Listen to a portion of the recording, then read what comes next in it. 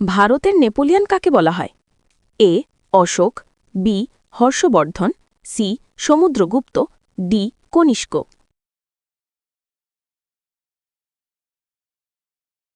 সঠিক উত্তর সি সমুদ্রগুপ্ত। পৃথিবীর প্রাচীনতম গ্রন্থ কোনটি?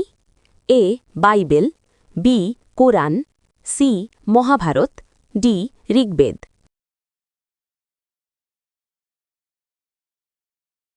সঠিক উত্তর ডি ঋগ্বেদ। আইহোল প্রশস্তি কে রচনা করেন? ক কালিদাস, খ বাণভট্ট, গ রবিকীর্তি, ঘ দণ্ডী।